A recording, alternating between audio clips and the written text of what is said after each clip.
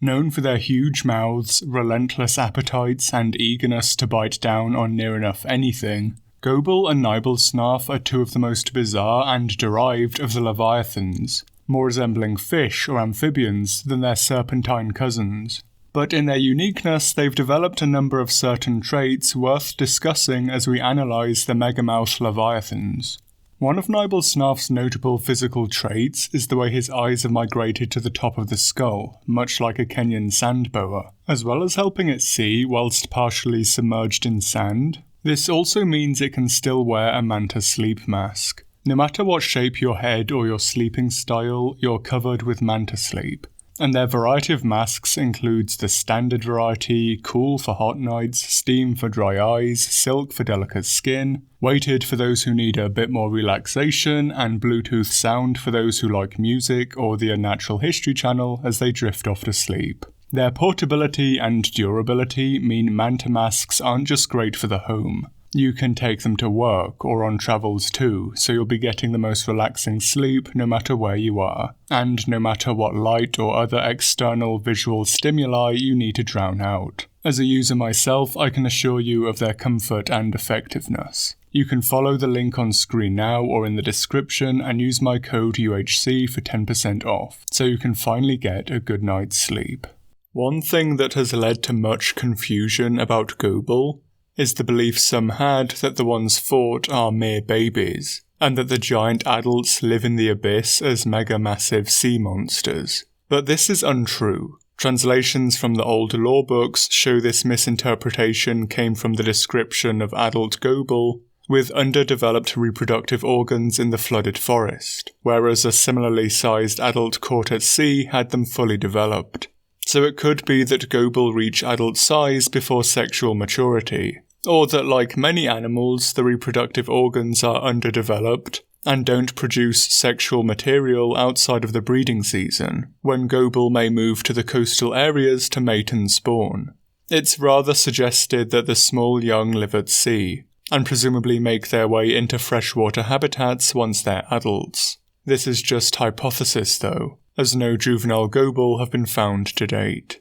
Both leviathans are some of the most environment-dependent hunters in the Monster Hunter world, requiring either silty channels or vast sand basins to move and hunt in, and as such both have considerable adaptations to their home. For their less mobile Gobul, this manifests morphologically as camouflage, being dorso-ventrally flattened, and also some metabolic adjustments. As an ambush predator, Gobul needs to stay put in the benthos for prolonged periods. But as an air breather, it also needs to periodically return to the surface. Hopping between the two constantly would be less than ideal for an ambush predator like Gobul, as well as it being at notable risk at the surface. So it presumably has considerable ability to hold its breath, and possibly for hours at a time. Green sea turtles can dive for up to 7 hours, and around 6 on average when they're undergoing partial hibernation on the sea floor, taking on oxygen in short snatches of less than 10 minutes before returning to the sea floor where they rest, and are very sluggish if disturbed.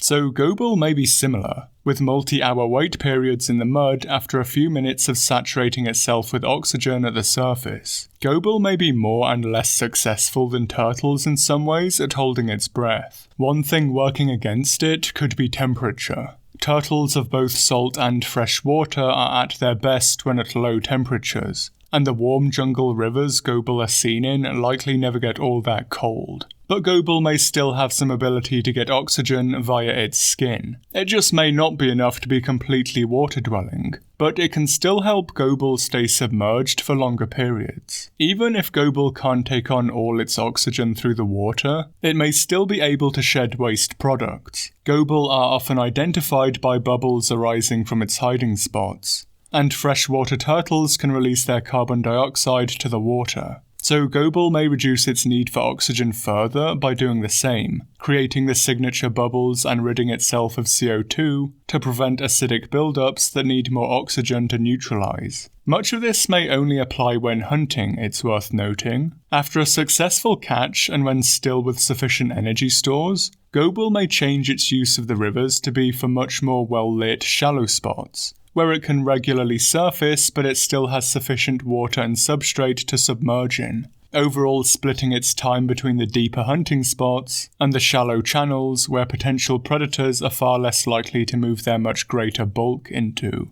Whilst waiting on the bottom, Gobul picks up information from its environment with its array of barbels. The 6 large ones are the key method of detecting prey when nearby, being held outside of the substrate, but Gobul also possess a ring of shorter ones around the mouth too. Both of these barbels are likely sensitive to changes in the water column and composition, but may also be capable of tasting too. As for many fish barbels, this is actually their primary use. So, as well as big prey and shoals of fish, Gobul may also occasionally forage for other bottom dwellers in the mud and vegetation using the barbels. It could also be that Gobul uses them to feel around in low visibility environments and to find the best hiding spots, using them to test the substrate available and surrounding vegetation. Talking about environment, whilst Gobul is the chief bottom feeder of rainforest waterways, Nibelsnarf is far from the only sand swimmer, sharing the dunes with Cephalos and the large males known as Cephadrome, and Delex too. And a comparison could be worthwhile. To look at Nibelsnarf's skeleton and morphology, it's much less of a sand swimmer, so much as still just a burrower, really. It effectively seems to paddle itself through the sand, and is likely more akin to a golden mole or similar species than a sandfish or indeed anything that swims in any medium. Golden moles have a buttressing phase in their digging movements of loosening the sand in front of them, which is negated when digging occurs at or near the surface. So Nibelsnarf's habit of moving with its top exposed, despite the risk of exposure to the sun, predators and prey, may be a huge energy-saving cost in how it moves that it can't move long distances without having to use.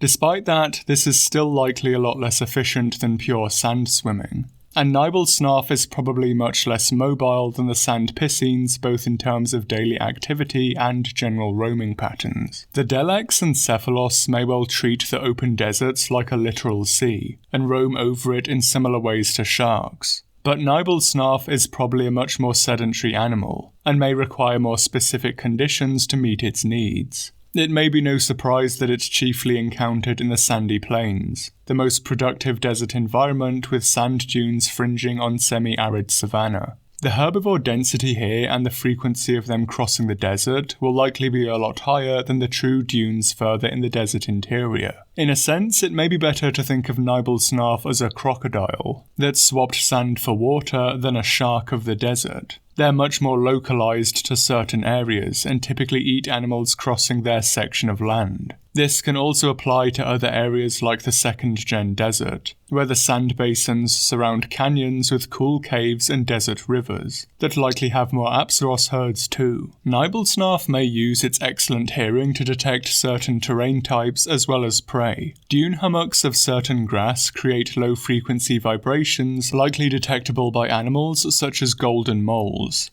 So the sand moving through vegetation or certain geological structures may similarly be detectable by Nibelsnarf for it to home in on these areas for permanent territory. Much more so than the piscines, Nibelsnarf is likely completely dependent on such habitat patches. Some of Nibelsnarf's bodily fluids are described as being able to retain water, and as well as just general desert living, this may be for when individuals cross open dunes to get to these certain habitats, or to disperse from areas where they were born. Sand basins that are too large, or structures in the landscape like canyons or inselbergs that can't be crossed, may be genetic barriers, and Nibelsnarf populations may have some level of genetic distinction from one another as a result of this. As two giant-mouthed animals that seem to have a bite-first, ask-questions-later approach to feeding, there are still considerable differences between the two species. Both use ram feeding on occasion, and this seems to be Nibelsnarf's preferred way of feeding.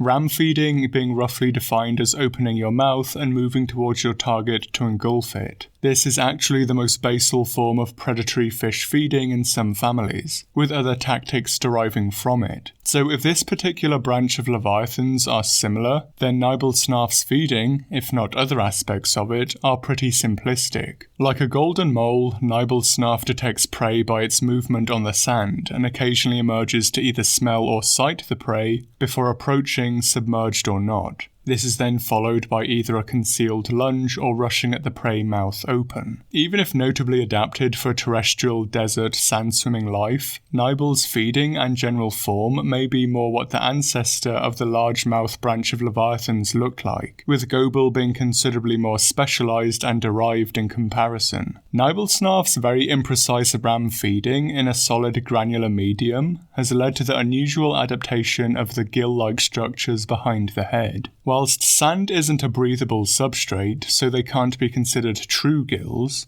they are to filter sand from the mouth and esophagus as Nibelsnarf trawls the desert surface trying to engulf prey. With a crocodilian-like soft palate in the jaw to stop sand going down the throat in successful catches, it can only leave via the filter ducts, and Nibelsnarf will occasionally clean or empty these with signature sand blasts.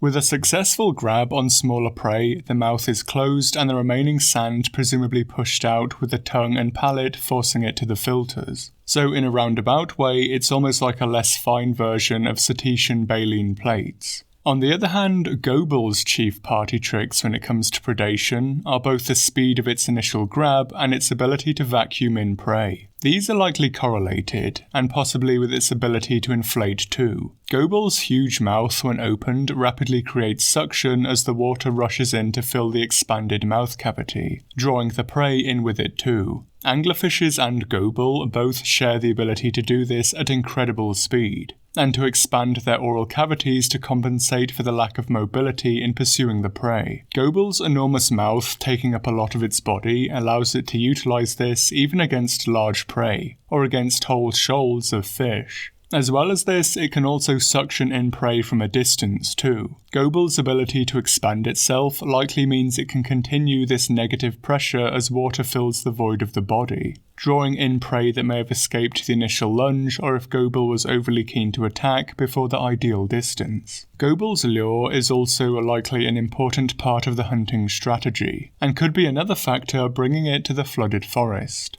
In anglerfish, their bioluminescent lures aren't grown by themselves, but are believed to be symbionts acquired in maturity from their environment, with chiefly 2 species being present in anglerfish species studied. Whilst Gobul could be like anglerfish and acquire this at certain depths, we do see the flooded forest has what is presumably luminous bacteria, algae, or other organisms suspended in the water, specifically in the glowing pool that Gobul uses as a nest. It could be that Gobul pick up these symbionts in the rainforest rivers when they're swept from the cave springs, or by entering the caves themselves.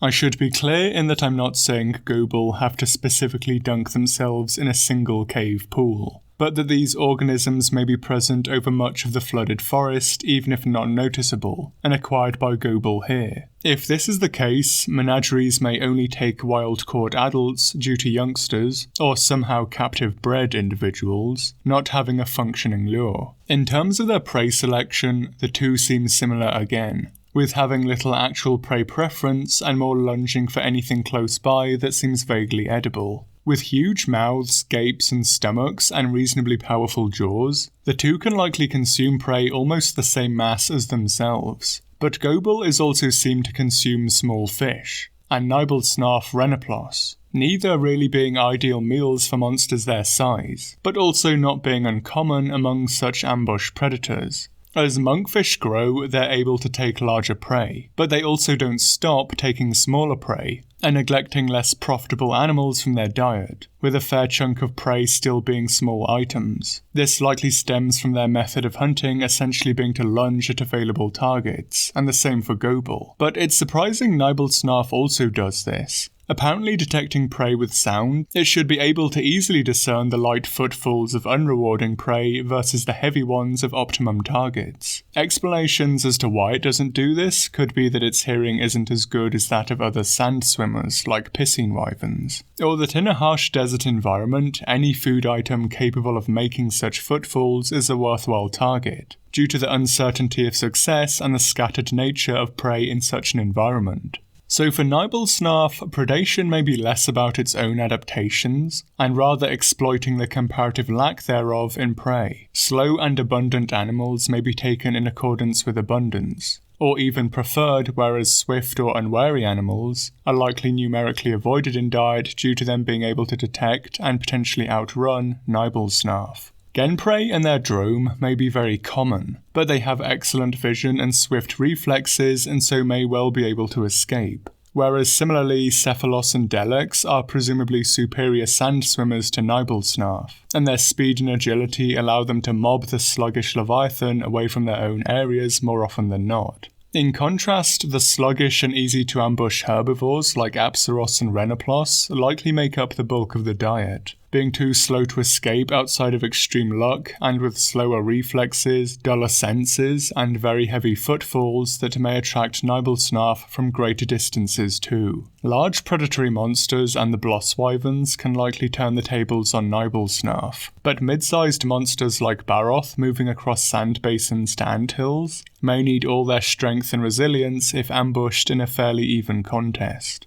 Gobul's predation, on the other hand, may be more about where it chooses to wait, and whether prey is drawn to the lure or not. Surprisingly, in monkfish, species of potential prey fish which forage directly in the benthos that they rest in are caught far less than expected in accordance with their abundance, and species caught more frequently were those drawn to the bioluminescent materials. So despite the threat of blundering into Gobul, the possibly low numbers of them and their very limited strike range may well mean that unless you literally blunder into one, benthos foragers like Ludroth and Tetranodon may not be as at risk as initially thought, even if some are still occasionally taken. As suggested in Ludroth's video, it may also be possible they have some avoidance of the lure whenever present too. For this reason, Gobul may not always have it deployed, so as not to put off photophobic or cunning species while foraging. In rare observations of anglerfish, they only deploy the lures when prey is detected within a certain distance, and Gobul may well be the same, hence the lack of the use of lure in the ecology video. Gobul may also be able to detect what's approaching, and thus decide whether to use it or not. Whilst no aquatic monsters large or small have currently shown attraction to bioluminescence, there could well be unfought species that Gobul frequently predates. Similarly, fish are seen to be taken too, even small individuals in shoals, and fish and cephalopods, the latter especially in estuarine or oceanic environments, could be the main victims of the lure. As well as that, Gobul may choose certain areas to bury itself in. It seems to prefer pre-existing patches of airweed or other bottom-growing vegetation for camouflage, and likely either trawls the benthos with its whiskers until it detects a suitable spot by touch, or walks along the bottom with the fins like an anglerfish, which have been speculated to do so to test sediment spots and approach good prey areas. This could be the chief trick for large prey like epioth and slagtoth. With both feeding on water vegetation and with little way of detecting Gobul, they have no choice but to risk grazing where Gobul may be waiting, and thus be its key large prey in the jungle rivers. Gobul is canonically a poor swimmer, and not hugely fast either, but may still opportunistically take other monsters on the surface of the water in the right circumstances. Sunbathing epioth at the surface could be surprised, and one of Gobul's quests describes it attacking a barge and eating the cargo of cattle, so sufficiently slow-moving targets may be grabbed. Monsters not used to the water, having to cross channels in the flooded forest, may also be grabbed, with creatures like Roggy or Bishaten being targets too. Like monkfish too, Gobul may well not be above cannibalism, and smaller Gobul that stray too close to the picked hiding spots of adults may well be eaten. Pregnant female Gobul may also deploy the suggested monkfish tactic of releasing a pheromone to attract small males, and then simply eating them instead too. Despite their role as predators, both species can occasionally wind up as prey themselves too. Gobul is considered a delicacy, with almost all of it eaten and in high demand except the spines. Some hunters may well make good money after dealing with problem Gobul, or by specializing in hunting them. Their unpleasant appearance and lives as bottom dwellers may well mean that, like their anglerfish inspiration, with species often called goose or monkfish, Gobul have different and more appetizing table names. And it's fun to imagine any of the fish ingredients used in past games actually being pseudonyms for Gobul cuts. Gobul is vulnerable to other predators too, and see Lagarcrus's video for suggestions of it being potentially very vulnerable to them in particular. When at the surface, Gobul is also at risk of a surprise attack from below by Plesioth before it can use its spines. But most predators are likely kept at bay by the pufferfish-like defense. Gobul's Mega Leap attack, launching itself free from the water, may also be used as an emergency response to leave the body of water and attempt to shuffle away on land. Gobul is far from agile on land, but it can still utilize its spines. And then its chief potential predators are also considerably less mobile and less efficient as predators on land too, and may not bother to pursue such a prickly meal out of their preferred element. For Nibelsnarf, it may defend itself with a bizarre coloration on its stomach. The use of this isn't clear, but it seems the developers did intend for it to be a startle display or something similar. When accosted, Nibelsnarf may thrash around its colourful stomach while resisting to try and dazzle predators with good colour vision or convince them they're toxic to eat. Other uses could potentially be for mating. Some lizards have brightly coloured bellies to denote sex and/or fitness, and it could be Nibelsnarf has something similar. Males effectively spy hop for the females, exposing themselves to the hot desert sun for prolonged periods, holding a tiring position and exposing their colourful stomachs, all to show off to the females and win her attention. Or like the lizards, they could be for aggression, with male Nibelsnarf showing their throats to one another when entering the same area. A more fanciful interpretation could be mating leaps. Some fish will develop colourful exteriors and then leap or do similar acrobatics to better showcase these as well. Considering the position of the eyes and the excellent hearing, male Nibelsnarf could leap straight over the female, with the leap over being to showcase colour and the landing to showcase size, with the detective vibration being an honest indicator of the mass of the individual. So for my thoughts on the two, they're both fairly decent. Despite not liking Gobul back in the day, I've definitely come around on it now, and think it's a fairly solid monster. Just difficult enough for its rank with a good enough fight, very fitting for its environment, and nicely designed. The only real downsides I'd say are that its gear doesn't feel exceptionally useful or hugely relevant to defeating any other monsters. When you've got his quest out the way, he's pretty much done already, and he's not so enjoyable to fight that you'd go back to him very many times. Gobul is something of a bag of tricks monster, with a lot of gimmicks that all tie back into its ecology with its vacuum, inflating, spines, and lure. I'd say there's a much greater synergy with said tricks with both its ecology and tying into each other than something like Gypsaros. Gobul is also fairly dependent on water combat, to the point where I only learned years later after try that his fight actually has a land part, and it's not especially good, to the point where it may as well just be a water exclusive. So we'll have to see in 2 weeks' time if that may be on the cards to return. Nibel, on the other hand, I still don't enjoy as much. Making a land-exclusive Gobul and then making it more like Cephadrome wasn't a great idea. And while still better than Cephadrome, that's damning with faint praise if it's saying anything. Nibel is still better and more hittable than many Piscines, and isn't a huge damage sponge, so it never gets too long or obnoxious as a fight, but I think having it spend a bit more time actually exposed on the surface, or have some moves for it on there, would smooth its fight over a bit, instead of feeling like a violent game of whack-a-mole. The barrel bomb eating gimmick is nice, but otherwise I don't have too much to say about Nibel. Not bad, not amazing, worthy of returning though. To talk a little on 3rd gen, Nibel did provide a bit of a bridge between Baroth and Diablos though, and that felt like it was needed. Try as a game was really lacking in content with a pretty dodgy development, and I've definitely wondered how much of Portable Third's content was actually intended for base Try. Roggy, Duramboros and Nibelsnarf I've always felt especially fit here. It feels very weird they'd make a raptor pair and then just stop before Roggy, and considering base Rise was Ichinose's pet project and big homage/remake of Portable Third, the fact that neither Nibel nor Duramboros were there feels really kind of telling in that regard. While some maps were released complete, like the Tundra, some weren't, and the Flooded Forest might be the biggest flop in this regard. Whilst it was Royal Ludroth's introductory map, and you could also fight Lagiacrus here too, the fact Gobul pretty much has the place to itself is quite surprising. Later games fixed it up with Crimson Kurapiko, Roggy, Nagakuga and Duramboros, but it's amazing how bare it initially felt for a game 3 generations in. Generally, I think the megamouth leviathans are interesting though.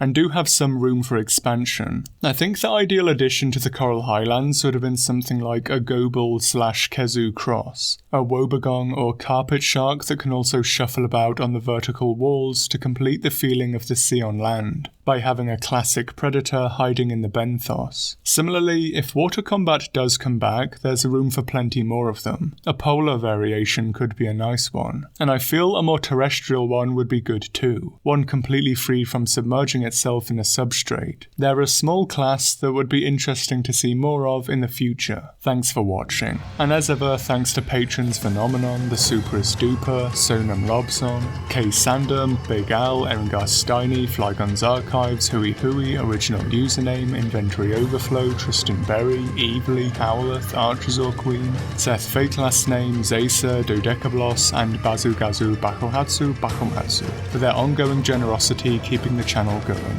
A link is provided in the description if you want to join up, and any amount is always appreciated.